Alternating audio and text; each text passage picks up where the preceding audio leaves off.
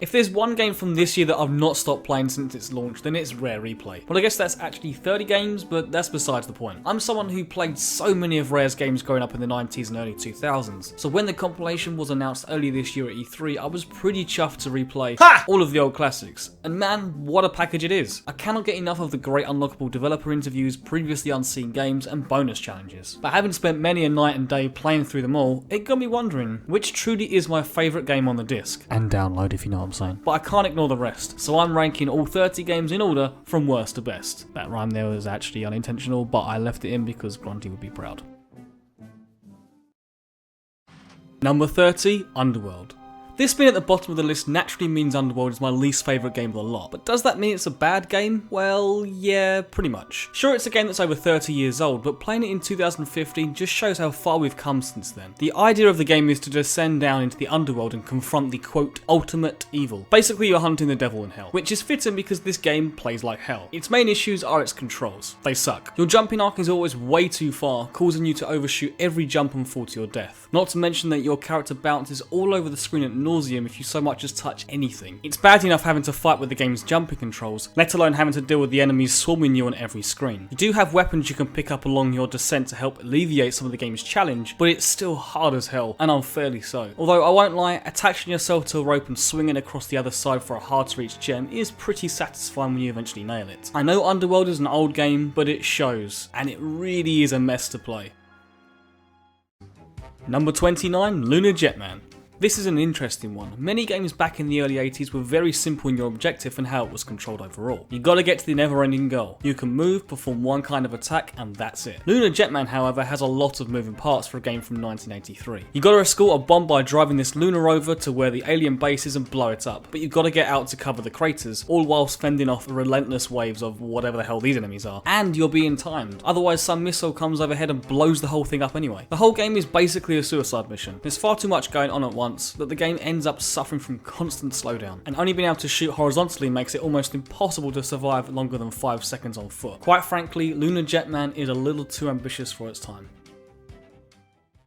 Number 28, Sabrewulf. Before the likes of Banjo, Conquer and Joanna Dark, there was Sabreman, one of the company's original mascots, and Sabrewulf was his first outing. But what is the game? It's like Zelda, but nowhere near as good. Whereas Zelda gave you huge open spaces to explore, Sabrewulf instead funnels you down pathways that are littered with enemies that spawn right in front of your face, oftentimes being impossible to avoid. This isn't helped by the truly awful combat, if you can even call it that, where you just hold down the attack button and walk into enemies. But like Lunar Jetman, you can only attack left or right, which makes no sense! And I know this is supposed to be a jungle, but my god, there are so many colours on the screen. It's complete eye rape. Your goal though is to collect 3 pieces of the ACG amulet, whoever heard that one before, and make it to the underworld. Yes, that underworld, because that game is actually a sequel. But hang on, Sabrewulf was released in 1984, a whole 2 years before the original Legend of Zelda. Maybe I was being too harsh on this game. I mean, the idea of exploring a huge map was almost unheard of back then, and it is pretty fun finding all the collectibles scattered throughout the land. The trouble is, Zelda retroactively makes Sabrewulf completely irrelevant. Number 27, Nightlore.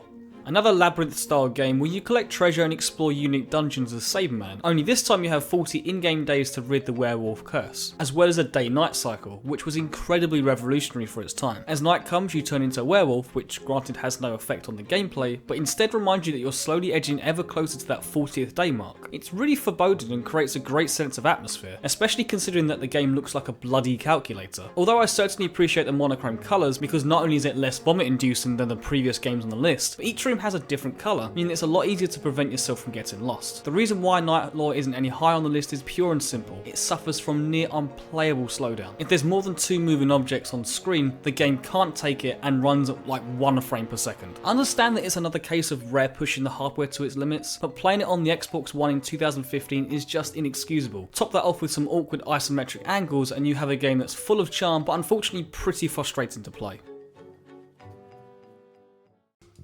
Number 26, Digger T-Rock. That name's just fun to say, and a lot more fun than playing this game. Well, maybe that's a little harsh. It can be relatively fun to play at times, but again, its biggest problem is the controls. They're awful. I mean, there's certainly worse controlling games than this, but I just always find myself getting stuck and crawling into spaces that I don't want to, which usually results in death or being relentlessly attacked by some real annoying enemies. The game plays kind of like a cross between Dig Dug and Spelunker, whereby you have to dig through rocks, but instead the focus is to find a switch and reach the goal before the time runs out. You do have various items to use as either attacks or open up previously inaccessible areas, such as these pretty handy ladders and dynamite. But I don't know, I just find Diggity Rock more frustrating than it's worth. That name though, Diggity. Number 25, Solar Jetman. I'll save you time now. This game is okay. There's nothing really wrong with it, but at the same time, it's just very forgettable. Graphically, it looks nice with the NES, the visuals are pleasant to look at, and the animations on the ship are smooth, but the gameplay is just okay. The idea is to travel to different planets, pick up items, earn points, and upgrade your ship. It controls like you'd expect. Thrust and shoot in one direction, but don't hit the walls, otherwise multiple hits will result in your pod being destroyed, and you'll have to return to your base to build another one. There's not much more to really say, other than that there are better games of this type out there. Also, Jetman is a complete klutz, and I have no idea how he qualified to become an astronaut. Number 24, A Tick Attack.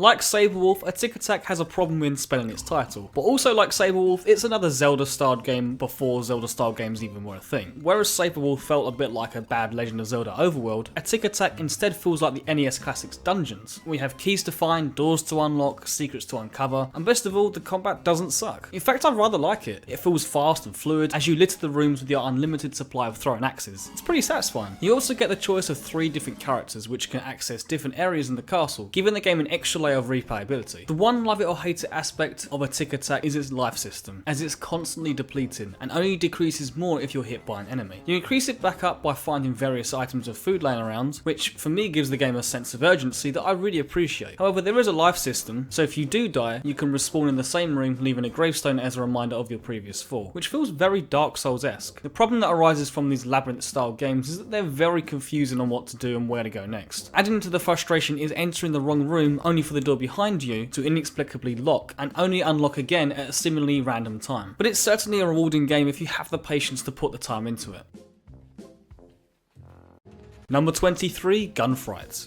This game starts you off by shooting bags of money to earn money. I love it already. From there though, you're thrust into an isometric Wild West setting where you're tasked to track down the wanted bounty and shoot him in a duel. The more money you earn, the more bullets you purchase, the more bounties you can take down, which earns you more money. Sounds simple, and in a way it is, but you have to track down said bounties by following the pointing kids, which leads to their general direction. All the while you're trying to avoid making any contact with the absolutely crazy women that run all over the damn place. Because one touch and that's it, now you're a hat. But if you find your horse, you become invincible for a short period of time, and it's awesome. Just look at his feet. Yes, he only has 2 legs and he's called Panto. Genius. Admittedly though, Gunfight is incredibly hard without using Rare Replay's rewind feature, as are most of these retro games, and the game can become pretty repetitive after a short while, but I enjoy tracking down the bounties to rid the town of them, and I love its sense of humour. Number 22, RC Pro-Am. I just want to get this out of the way first. I really enjoy RC Pro-Am. A lot of people point to it as the predecessor to the Mario Kart series, and for good reason. It's an arcade racer where you can fire projectiles at your foes and hinder their progress, Wacky Races style. However, I much prefer the sequel RC Pro-Am 2, but we'll get to that another time. As the original stands, it stands fine on its own. In fact, it's still a great game, but it has fairly samey level design, severe rubber banding AI, and worst of all, no multiplier, which for an arcade-style 4-car racer is an absolute sin. Other than that though, the game runs buttery smooth, and it's always super satisfying landing that missile hit on the last bend to take home first place. Oh, and now you collect letters on the track to spell champion rather than Nintendo, which obviously makes sense, but I kind of wanted it to stay the same because of how crazy stupid that would be. Number 21, Snake Rattle and Roll.